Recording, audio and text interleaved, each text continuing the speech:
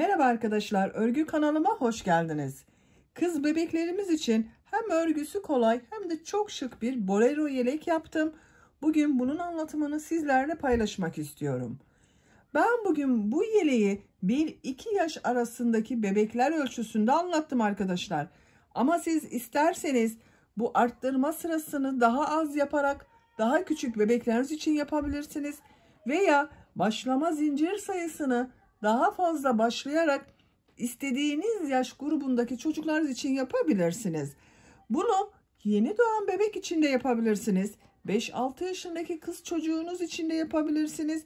Yetişkinler için de yapabilirsiniz. Bir tane düğme ile bakın yakadan birleştiriliyor arkadaşlar. Yakadan zincir yaparak başlıyoruz. Bakın ilk önce kol bölümlerini ve arka bölümü oluşturan bu trabzan sırasını yapıyoruz. Sonra bu modelli bölümü yapıyoruz. Ben bugün 2 renkli çalıştım. Bunu bir takım için yaptım arkadaşlar. Bir kız çocuğumuz için güzel bir takım yaptım. Bakın böyle güzel bir eteği de var bunun. Bu eteğin örgüsü de çok kolay arkadaşlar. İkili takım yaptım bunu. Gri ve pembe renk iplik kullandım. Siz bunu istediğiniz marka iplik ve renkleri kullanarak örebilirsiniz. Kullandığım iplik olarak bakın pembe renk olarak Alize Şekerim bebe ipliğini kullandım. Kullandığım iplik üzerinde 320 metre yazıyor arkadaşlar. 100 gram iplikte 320 metre var. Gri renk iplik olarak da etekte de kullanmış olduğum bu ipliği kullandım. Canan el örgü iplikleri. Bu da 100 gram iplik üzerinde 345 metre var. Birbirine yakın arkadaşlar incelikleri. Tığ olarak da elimin sıklığına, ipliğin kalınlığına uygun olarak 3 milimetre tığ kullandım. 5 numara 3 milimetre tığ. Siz elinizin sıklığına ve ipliğin kalınlığına göre daha büyük numaralı tığ da kullanabilirsiniz. Daha küçük numaralı tığ da kullanabilirsiniz. Eliniz çok sıkıysa arkadaşlar benim kullandığım tığdan yarım veya 1 numara büyük tığ kullanırsanız daha güzel olur. Örgüler yumuşak olsun diye. Eliniz çok sıkı olduğu zaman tığ işi örgüler sert olur. Bakın benim yaptığım örgüler sert olmuyor. Elim çok sıkı değil. Bir tane de düğme kullandım bakın yakasında. Açık olarak da görelim. Bakın bu şekilde. Arka görüntüsü böyle. Çok şık. Ölçülerini size söylüyorum. Başlamadan önce fikriniz olsun. Kol altından gövde genişliğini ölçüyorum. Ölçtüğüm zaman bakın 27 santimetre. Yüksekliğini ölçüyorum. Omuzdan arka uç noktaya kadar arkadaşlar. 21 santimetre. Bu ölçüde 1-2 yaş bebek için çok güzel arkadaşlar. Ben bugün bu yeleğin anlatımını yapıyorum. Ama siz de benim bu yapmış olduğum etekten yapmak isterseniz bu eteğin anlatımını da ben YouTube kanalıma yükledim. Sizler için bu eteğin olduğu YouTube linkini bu videonun açıklama bölümüne ekliyorum. Siz izlediğiniz bu videonun açıklama bölümünde bulunan tığ işi bebek eteği linkine tıklarsanız bunun gibi bir etek yapabilirsiniz veya kendinize göre istediğiniz model etek yapabilirsiniz. Ben bugün bu marka iplikleri ve bu renkleri kullandım. Dediğim gibi siz istediğiniz marka iplik ve renkleri kullanarak bunun gibi bir örgü yapabilirsiniz arkadaşlar. Aynılarını kullanmanıza gerek yok. Hazırsanız ipliği tığı hazırlayalım. Hep birlikte bu güzel ve kolay bebek yeleğinin örgüsüne başlayalım. Örgü kanalıma abone değilseniz abone olmayı unutmayın lütfen. Örgü kanalıma abone olmak ücretsiz. Örgü kanalıma ücretsiz abone olup orada bulunan zil şeklinde dokunarak açık yaparsanız kanalıma video yüklediğim zaman ilk önce size bildirim gelir. Örgülerimden herkesten önce sizin haberiniz olur. Hepinize kolay gelsin. İyi çalışmalar.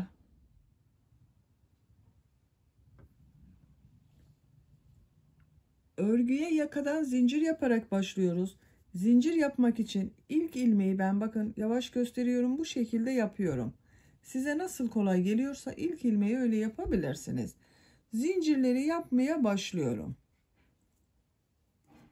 Çok sıkı zincirler yapmayalım arkadaşlar.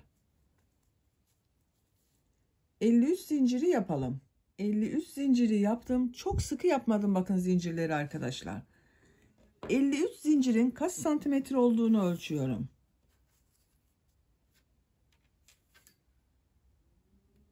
24 santimetre zincir uzunluğu var. Benim yapacağım ölçü için bu yeterli. Bu zincirlerin içerisinde ön bölümler yok arkadaşlar. Kol ve arka bölümün sayıları bunlar. Şimdi trabzan yapacağız. Burada kolları ve arka bölümü ayıracağız. Ön bölümü 2 trabzan, 2 zincir, 2 trabzan şeklinde devam edeceğiz. İpliği tığın üzerine alıyorum. 2 ilmek atlıyorum. Bakın bu son ilmek değil. 1, 2 ilmek atlıyorum. 3. ilmek içine bir trabzan yapıyorum. 1, 2 trabzan oldu bakın. Aynı ilmek içine 2 trabzan gibi oldu. Bu 2 ilmek atladığımda bir trabzan. 2 zincir yapıyorum. Diğer ilmek içine kol bölümü için trabzan yapıyorum. Kol için 14 trabzan yapıyorum. Bakın burası arttırma yeri olacak arkadaşlar. 2 3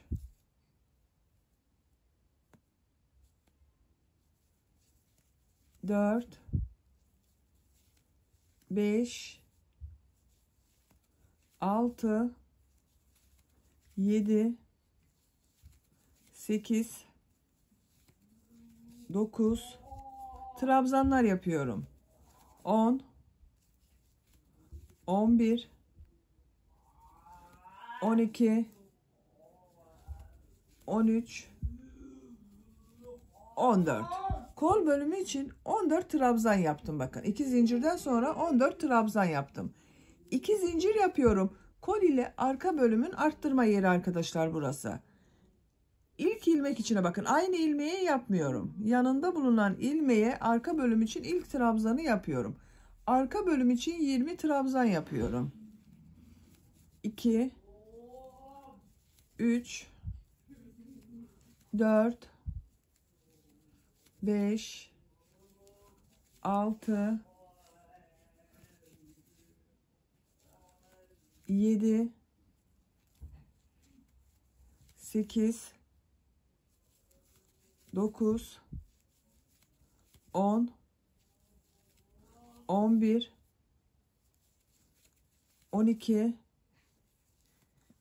13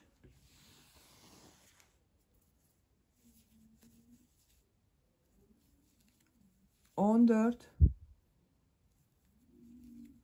15 16 17 18 19 20 arka bölüm için de buraya 20 trabzan yaptım. Arka bölüm ile diğer kolu ayıran arttırma yeri için 2 zincir yapıyorum. Bakın ilk ilmek içine kol bölümü için ilk trabzanı yapıyorum. 14 trabzan yapıyorum. Burada 14 trabzan yaptım. Buraya da 14 trabzan yapıyoruz. Diğer kol bölümü için de 14 trabzanı yaptım. 2 zincir yapıyorum. Bakın sıra sonunda bir zincir kaldı. Bu zincirin içine 2 trabzan yapıyorum. Bir aynı ilmek içine yapıyorum bakın arkadaşlar. Sıra başında da bu 2 ilmek atlayarak yaptığım bir trabzanla bu 2 trabzan var. Sıra sonunda da 2 trabzan oldu. Bakın burada yaka ayrımlarını yaptık. Kol bölümleri için 14 trabzan, arka bölüm için de 20 trabzan yaptım. İkinci sıradayız. 3 zincir yapıyorum. Örgüyü çeviriyorum. Bu 2 zincirli boşluğa 2 trabzan, 2 zincir, 2 trabzan yapıyorum.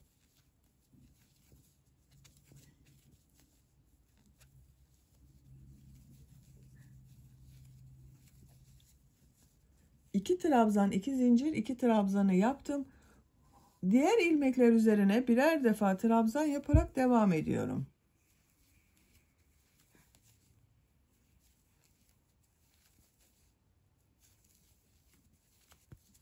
Bakın görüntüsü böyle arkadaşlar. Buraya 2 trabzan, 2 zincir, 2 trabzan yaptım. Arttırma yapacağımız buraya kadar devam edelim. Arttırma yapacağımız yere kadar trabzanları yaptım. Bu arttırma zincirlerinin üzerine 2 trabzan, 2 zincir, 2 trabzan yapıyorum.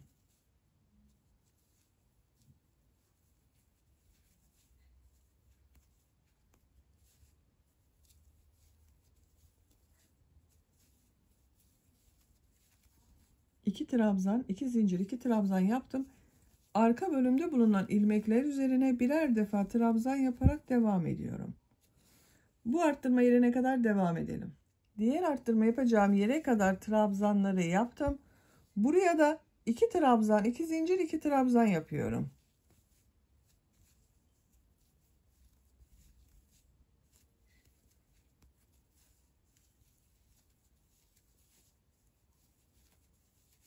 Bakın bu arttırma yerine de 2 trabzan, 2 zincir, 2 trabzan yaptım. Kol bölümünde bulunan ilmekler üzerine trabzan yaparak devam ediyorum.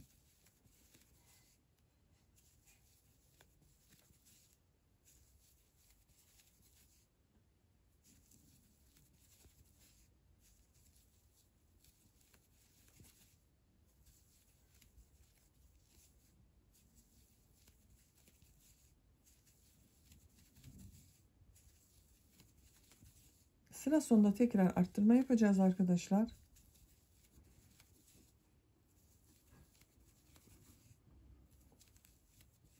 Bakın burada yaptığım bu arttırma zincirinin üzerine de 2 trabzan, 2 zincir, 2 trabzan yapıyorum.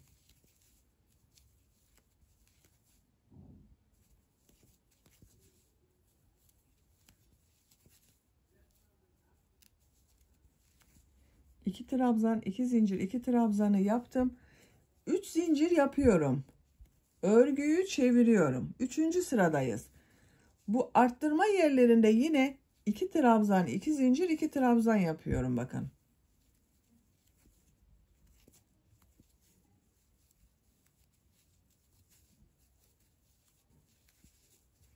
Diğer ilmekler üzerine birer defa trabzan yapıyorum. Bakın arkadaşlar, sıra sonuna gittiğimiz zaman 3 zincir yapıyorum, geriye dönüyorum. Bu arttırma zincirlerin içine 2 trabzan, 2 zincir, 2 trabzan yapıyorum. Bu 4 yerden arttırmalar yapıyoruz arkadaşlar. Bakın 1, 2, 3, 4. İlmekler üzerine birer defa trabzan yapalım. Bu arttırma yerinde 2 trabzan, 2 zincir, 2 trabzan yapalım. Sıra sonuna kadar devam edelim. Sıra sonuna kadar tamamladım. Bakın bu arttırma yerlerinde 2 trabzan, 2 zincir, 2 trabzan yaptım. Sıra sonunda bulunan arttırma yerine geldim. Buraya da 2 trabzan, 2 zincir, 2 trabzan yapıyorum.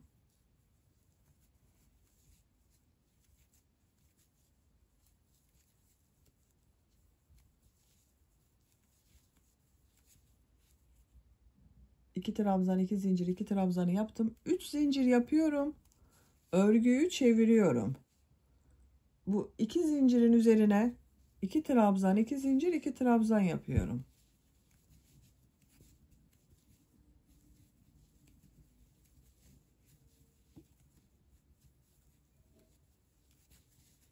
Diğer ilmekler üzerine birer defa trabzan yapıyorum.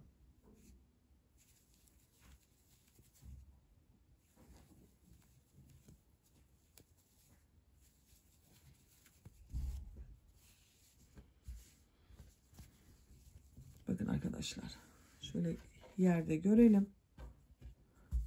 Burada 2 trabzan, 2 zincir, 2 trabzan yaptım. İlmekler üzerine birer defa trabzan yapalım.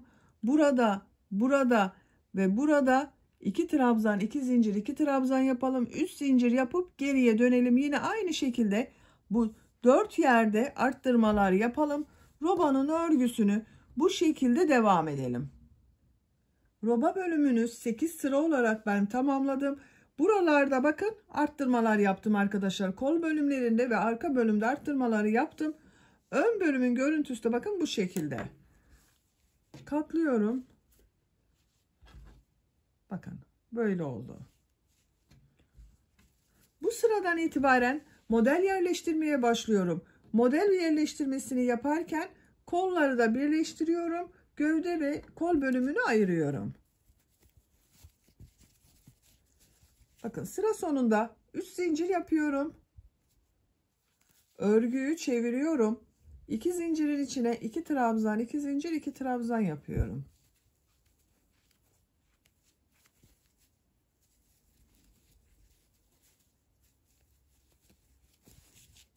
İpliği tığın üzerine alıyorum.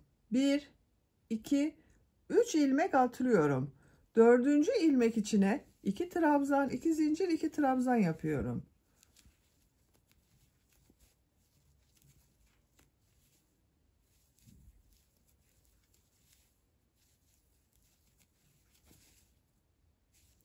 İpliği tığ üzerine alıyorum. 3 ilmek atlıyorum. 4. ilmeğe 2 trabzan, 2 zincir, 2 trabzan yapıyorum.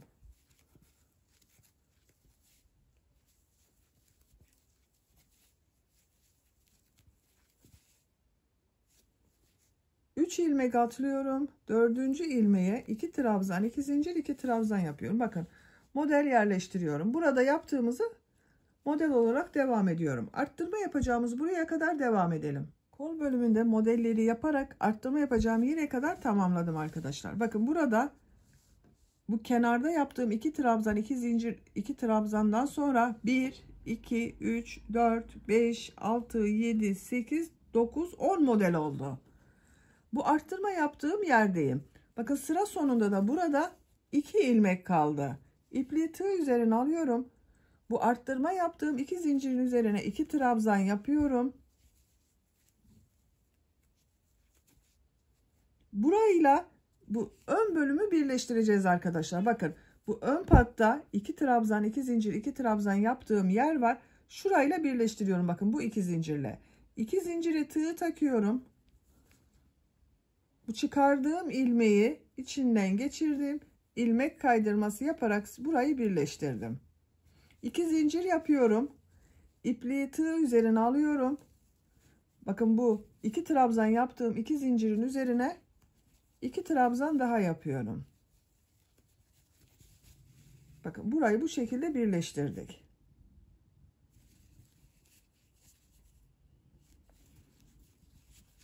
İpliği tığ üzerine alıyorum. 3 ilmek atlıyorum. Arka bölümde modelleri yapmaya devam ediyorum. 1, 2, 3, 4. ilmeğe 2 trabzan, 2 zincir, 2 trabzan yapıyorum.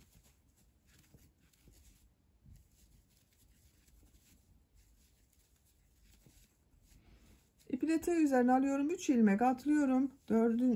ilmeğe 2 trabzan, 2 zincir, 2 trabzan yapıyorum. Modelleri diğer arttırma yapacağımız buraya kadar devam edelim. Arka bölümde modelleri yaptım. Buraya kadar bakın 1, 2, 3, 4, 5, 6, 7, 8, 9, 10, 11 model oldu arkadaşlar. Burada sıra sonunda 4 ilmek kaldı. İsterseniz 2 ilmek atlayıp bu ilmek içine model yapabilirsiniz. Ama ben model yapmıyorum. 4 ilmeği atlıyorum. Bu 2 trabzan, 2 zincir, 2 trabzan yaptığımız arttırma yerine 2 trabzan, 2 zincir, 2 trabzan yapıyorum. 1, 2, 3, 4.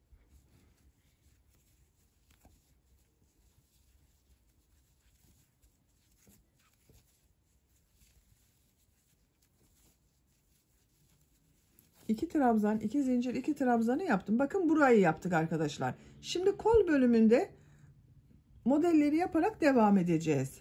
Görüntüsü bakın böyle. Burada birleştirmiyorum. Burada kol bölümünün sıra sonuna gittiğimiz zaman buraya da yaptığımız ilmek ile birleştireceğiz. İpliği tığ üzerine alıyorum. Kol bölümünün buraya bakıyorum. Burada 1, 2 ilmek atladım bakın. Bu arttırma yeri ile burası arasında 2 ilmek atladım. Burada da aynısını yapıyorum. 1, 2 ilmek atlıyorum. 3. ilmeğe 2 trabzan, 2 zincir, 2 trabzan yapıyorum.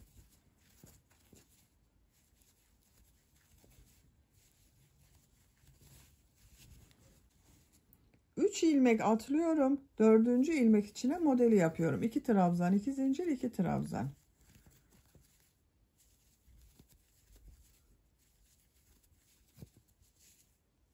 Kol bölümünde modelleri yaparak sıra sonuna kadar devam edelim. Kol bölümünde modelleri yaparak bakın sıranın sonuna kadar tamamladım. Bu kolda da arkadaşlar sayalım. Bakın buradan itibaren arttırma yerine bir model yaptım. 1, 2, 3, 4, 5, 6, 7, 8, 9, 10 model oldu. Bu kolda da 10 model yaptım. Buraya da 10 model oldu. Sıra sonunda 1, 2, 3 ilmek var. 3 ilmeği atlıyorum. Bu 2 zincirin içine 2 trabzan yapıyorum.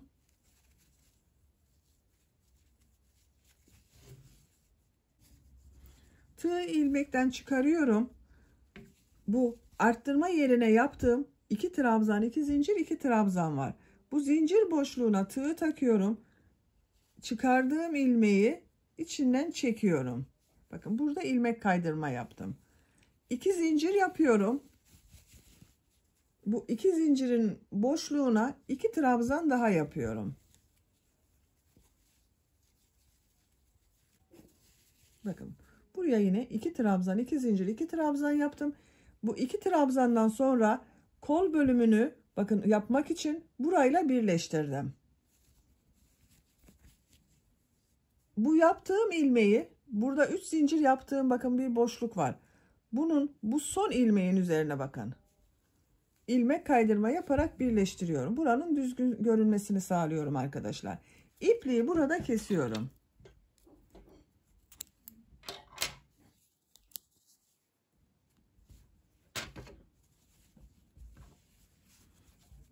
Bakın bu sırada kol bölümünü birleştirdik, gövde bölümünden ayırdık.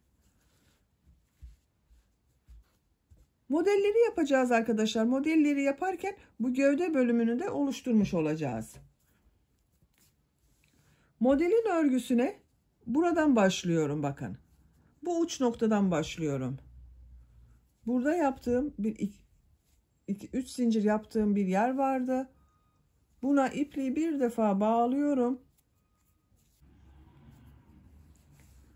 Modelleri buralara yapacağız arkadaşlar bakın. Sıra sonlarında 3 zincir yaparak dönüş yaptığımız yerler vardı. Her iki tarafta da buralara model yapıyoruz. Buradan bir ilmek yapıyorum. Buna yapmıyorum modeli. İpliği tığın üzerine alıyorum. Bakın bu 3 zincir yaptığım, dönüş yaptığım yere 3 trabzan, 2 zincir, 3 trabzan yapıyorum. Artık 3 trabzan yapıyorum bakın. 2 3 2 zincir yapıyorum. 3 trabzan yapıyorum.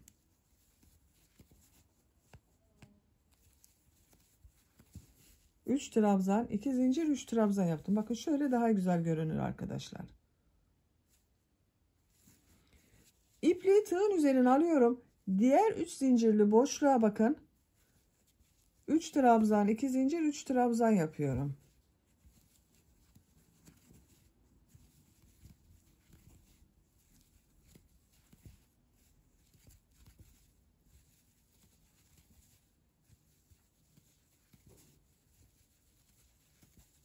İpliği tığın üzerine alıyorum. Bakın bu 3 zincirli boşluğa da 3 trabzan, 2 zincir, 3 trabzan yapıyorum.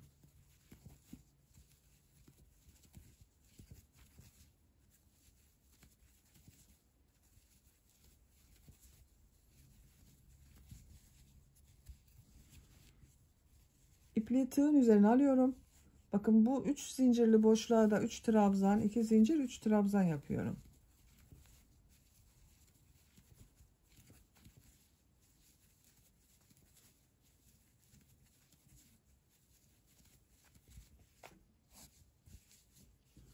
Bakın ön bölümde 1, 2, 3, 4 model yaptık.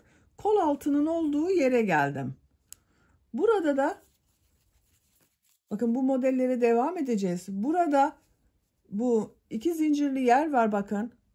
Bunun içine de 3 trabzan, 2 zincir, 3 trabzan yapıyorum. kol altı dar olsun istemiyorum. Onun için buraya da model yapıyorum.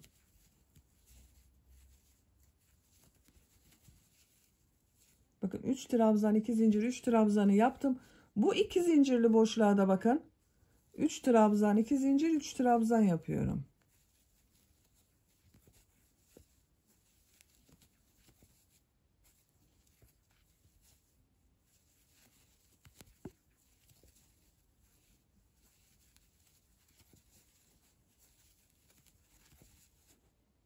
Üç trabzan 2 zincir 3 trabzanı yaptım. Diğer model ortasında bulunan bakın bu iki zincirlerin üzerine de 3 trabzan 2 zincir 3 trabzan yapıyorum.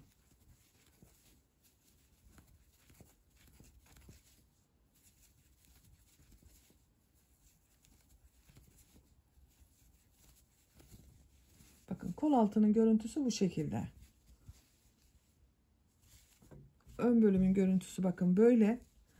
Arka bölümde bulunan bu modeller üzerine 3 trabzan 2 zincir 3 trabzan yaparak diğer kol altına kadar devam edelim. Diğer kol altına kadar 3 trabzan 2 zincir 3 trabzan şeklinde modelleri yaptım. Buraya da yine model yapıyorum bakın arkadaşlar. Kol altında bulunan bu 2 zincirli boşluğa ve buraya 3 trabzan 2 zincir 3 trabzan yapıyorum.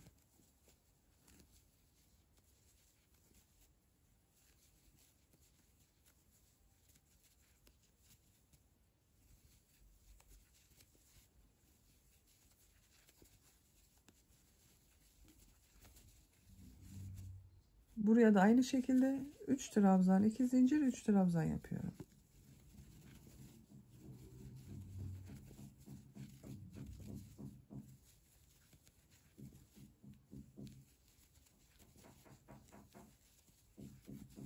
Bakın kol altında iki model yaptım. Bir buraya bir buraya.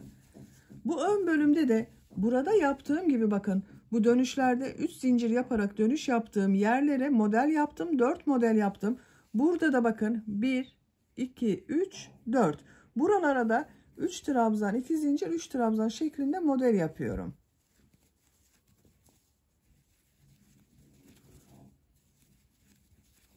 Üç 2 zincir 3 trabzan yapıyorum.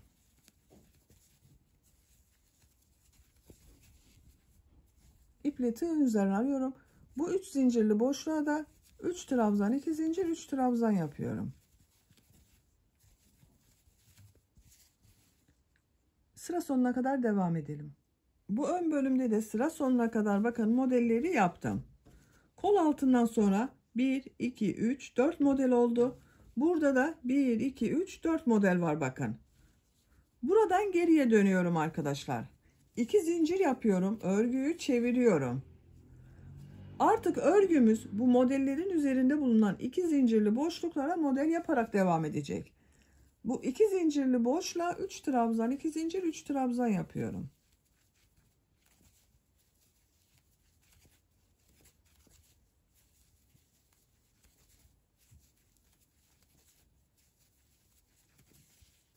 İpliği tığın üzerine alıyorum. Diğer model ortasında bulunan 2 zincirli boşluğa da 3 trabzan 2 zincir 3 trabzan yapıyorum.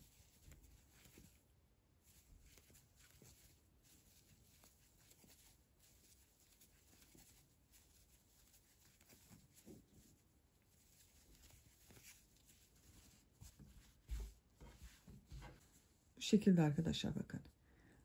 Bu model üzerinde bulunan 2 zincirli boşluklara 3 trabzan 2 zincir 3 trabzan şeklinde modelleri yaparak sıra sonuna kadar devam edelim. Her model üzerine model yapacağız arkadaşlar. Sıra sonuna kadar modelleri yaptım. Görüntüsü bakın bu şekilde arkadaşlar. Arka bölümün görüntüsü böyle. Bakın diğer uç noktaya geldim. Buradan yine 2 zincir yaparak dönüş yapıyorum. 2 zincir yapıyorum. Örgüyü çeviriyorum. Bu model ortasına yine 3 trabzan 2 zincir 3 trabzan yapıyorum.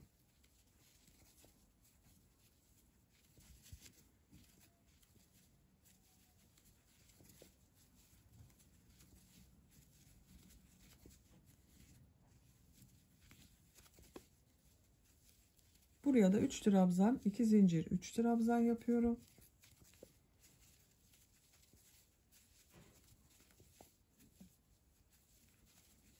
Bu şekilde devam ediyor. Bakın. Sıra sonuna kadar devam edelim. Sıra sonunda 2 zincir yapıp geriye dönelim. Bu şekilde sıraları tekrarlayalım arkadaşlar. Bu iki bölüm birleşecek bakın. Burasıyla burayla burası birleşesiye kadar bu modelleri yaparak yeleğin örgüsünü tamamlayalım. Yeleğin model bölümünü bakın 1, 2, 3, 4, 5 sıra olarak pembe renk ile yaptım. 6. sıradayım. 6. sırada renk değiştiriyorum. Siz aynı renkte yapabilirsiniz arkadaşlar. Ben bu 6. sırada renk değiştiriyorum. Pembe ile gri renk uyumlu bir yelek yapıyorum bugün. Bakın bu şekilde gri renkli bir iplik kullanıyorum. Son ilmeğimin rengini gri renkli yapıyorum.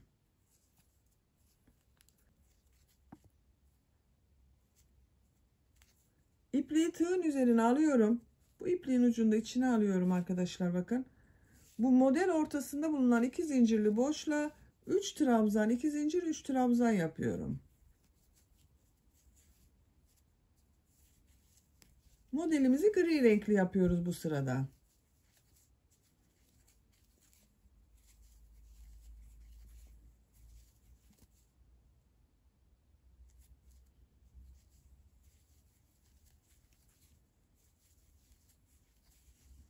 İpliği tığ üzerine alıyorum. Diğer model ortasına da 3 trabzan, 2 zincir, 3 trabzan yapıyorum.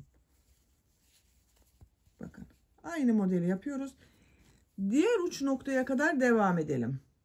Bir sıra gri renk iplik ile bakın modelleri yaptım. Sıra sonuna kadar tamamladım. Sıra sonunda son modeli 2 zincir yapıyorum. Buraya bakın. İlmek kaydırma yaparak burayı birleştiriyorum. İpliği kesiyorum.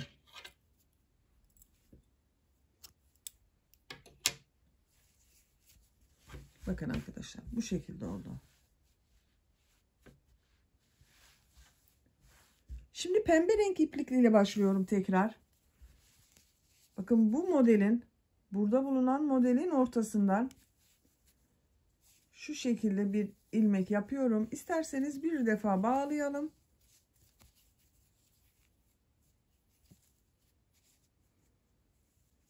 Üç zincir yapıyorum. Trabzan yapıyorum.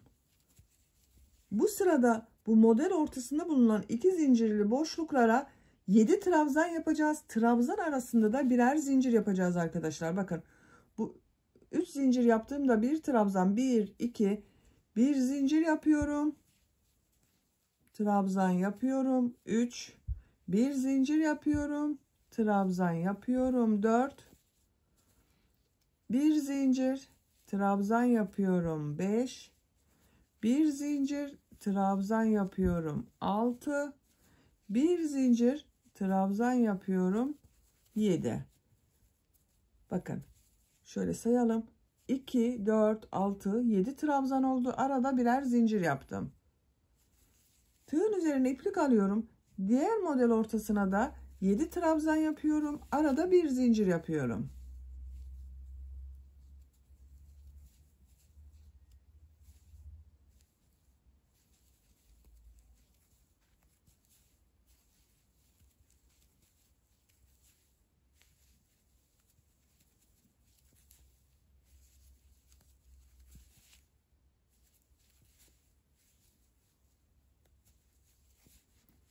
İki, 4, 6, 7 trabzan oldu. Diğer model ortasına da aynı şekilde 7 trabzan yapıyorum. Bakın bu şekilde arkadaşlar. Sıra sonuna kadar devam edelim. Sıra sonuna kadar 7 trabzanları yaptım model ortasına. Bakın görüntüsü böyle arkadaşlar. En son trabzandan sonra pembe renk ipliği kesiyorum.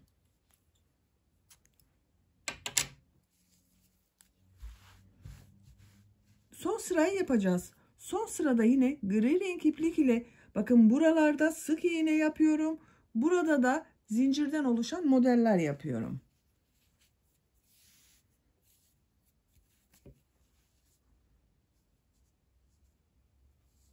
Bakın burada zincir yaptığım bir boşluk var. Buradan ipliği bağlıyorum. Şu şekilde iplik bağlayalım.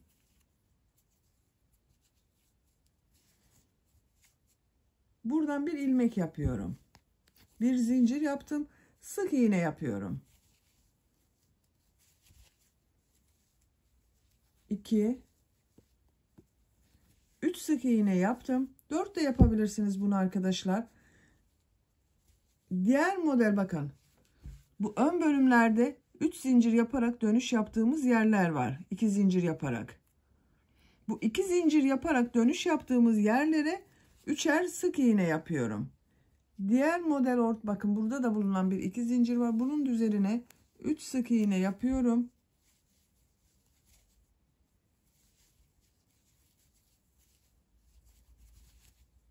Bu modelin burada bulunan bakın zincirli boşluğa 3 sık iğne yapıyorum. Böyle bir görüntü oldu bakın. Bu 3 sık iğneyi bu yaka başlangıcı yaptığımız yer var bakın. Bu ilk ilmek üzerine sık iğne yapıyorum. Diğer ilmekleri de sık iğne yaparak devam ediyorum. Her ilmek üzerine bir sık iğne yapıyorum.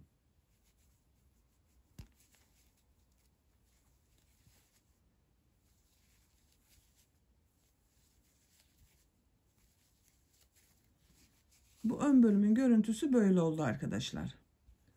Sık iğneler yaparak buraya kadar devam edelim. Bakın burada da şuraya kadar devam edelim. Burayı geçişini size göstermek istiyorum arkadaşlar.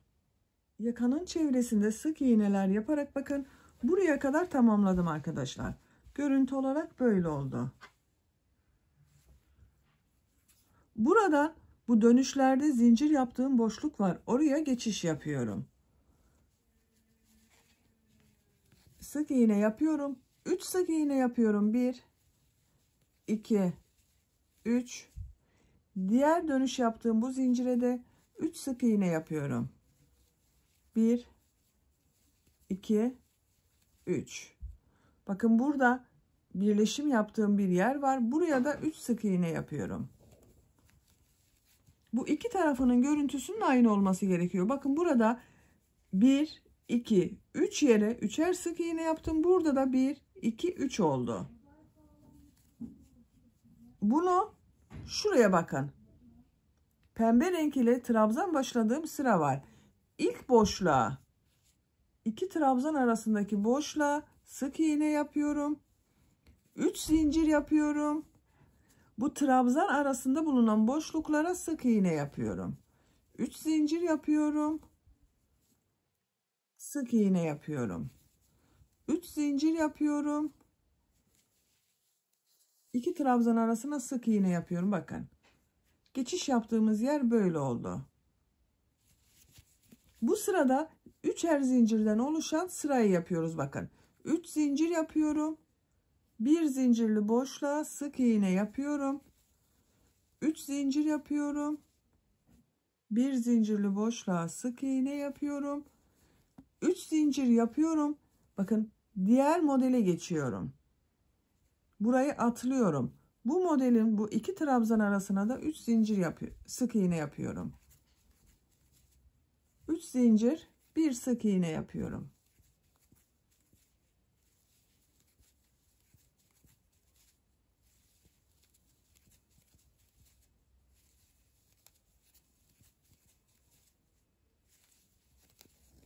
Üç zincir yapıyorum. Diğer modele geçiyorum bakın arkadaşlar. Biraz dalgalı bir model oluşuyor burada. Sıra sonuna kadar devam edelim. Sıra sonuna kadar tamamladım. Sıra sonunda bakın iki trabzan arasına yine sık iğne yaptım. Bu son yaptığım ilmeği bu gri renk iplik ile sık iğneye başladığım bu ilk ilmeğe ilmek kaydırma yaparak birleştiriyorum. Şu şekilde bakın aldım, içinden çıkardım, burayla birleştirdim. İpliği kesiyorum.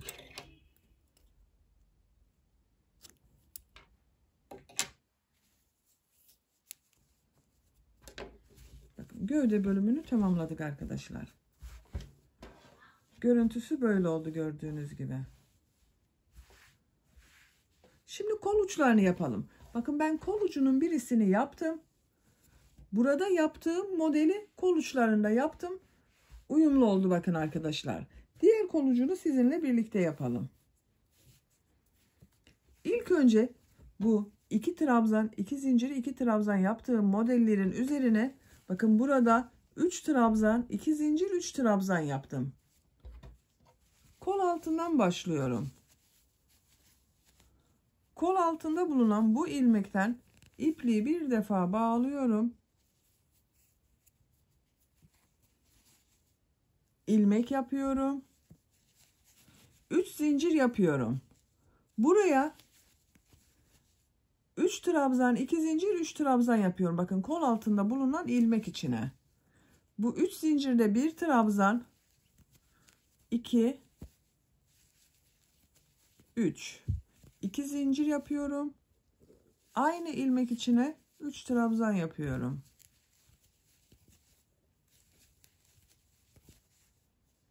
Üç trabzan, 2 zincir, 3 trabzan oldu.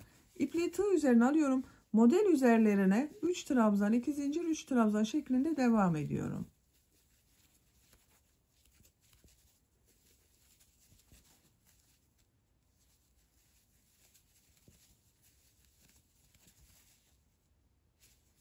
Diğer modele de devam ediyorum arkadaşlar. Sıra sonuna kadar devam edelim. Sıra sonuna kadar 3 trabzan, 2 zincir, 3 trabzan şeklinde modelleri yaptım. Son modelin üzerine de bakın model yaptım. Bu ilmek ile ilk yaptığım modelin burada bakın 3 zincir yaparak bir trabzan yapmıştım. Bu ilmek ile ilmek kaydırma yaparak birleştiriyorum. Sırayı birleştirdik arkadaşlar.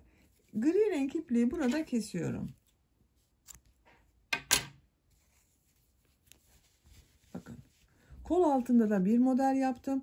Toplam kaç model olduğunu sayıyorum. Bakın kol altındaki ile birlikte 1, 2, 3, 4, 5, 6, 7, 8, 9, 10. 11 model var arkadaşlar kolun çevresinde. Şimdi pembe renk ile burada yaptığımız gibi bir trabzan, bir zincir, bir trabzan şeklinde sırayı yapıyorum.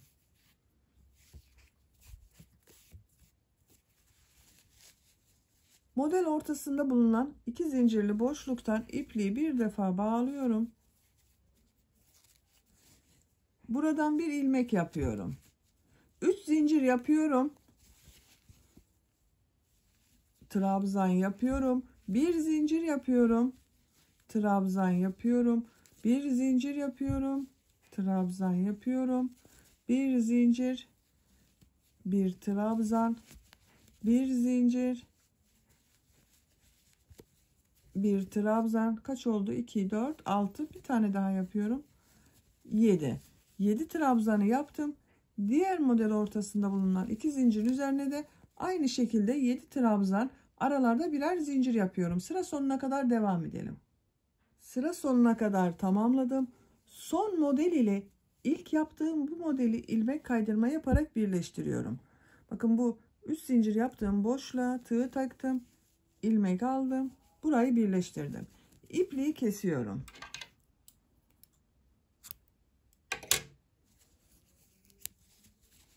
Bakın bu sırada da model ortasına 7 trabzan yaptık. Aralarda birer zincir yaptım. Şimdi burada yaptığımız bu 3 zincirleri yapacağız. Ortasına battığımız zincirleri yapacağız arkadaşlar. Gri renk ipliği bağlıyorum. Buradan şu şekilde ipliği ucunu tutayım.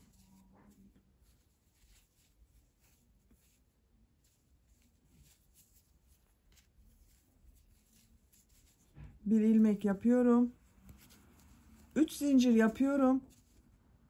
2 trabzan arasına sık iğne yapıyorum. 3 zincir yapıyorum. Bir zincirin üzerine bakın sık iğne yapıyorum.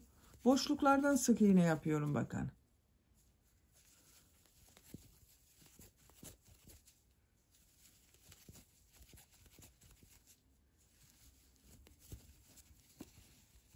Diğer modele geçişte yine 3 zincir yapıyorum.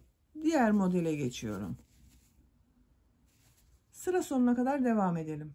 Sıra sonuna kadar tamamladım. Son model ile ilk modeli 3 zincir yapıyorum. Bu ilk yaptığım bakın bu boşluğa ilmek kaydırma yaparak birleştiriyorum. Bakın burayı da birleştirdim. İpliği kesiyorum.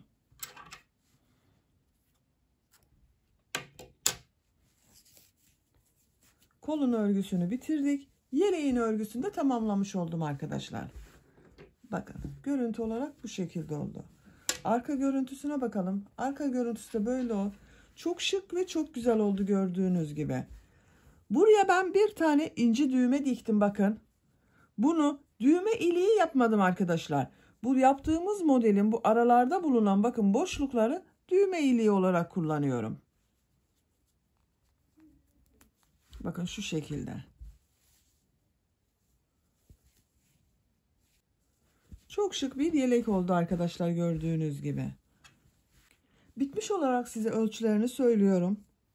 Ön bölümün buradan gövde genişliğini ölçüyorum. Bakın kol altının buradan ölçtüğüm zaman 27 santimetre. Yüksekliğini ölçüyorum. Bakın omuzdan uç noktaya kadar olan yükseklik 21 santimetre arkadaşlar. Bakın arka uzunluğunu ölçtüm. Bu ölçüde 1-2 yaş arası bebeklerimiz için çok güzel bir ölçü oldu. Böylece bir örgü anlatımının da sonuna gelmiş oldum. Beni dinlediğiniz ve izlediğiniz için hepinize çok teşekkür ederim. Örgü kanalıma abone değilseniz abone olmayı unutmayın lütfen. Örgü kanalıma abone olmak ücretsiz. Örgü kanalıma ücretsiz abone olup orada bulunan zil şeklinde dokunarak açık yaparsanız kanalıma video yüklediğim zaman ilk önce size bildirim gelir. Yaptığım örgülerden herkesten önce sizin haberiniz olur. Sizlerle yeni örgülerde görüşmek dileğiyle. Hoşça kalın, sevgiyle kalın.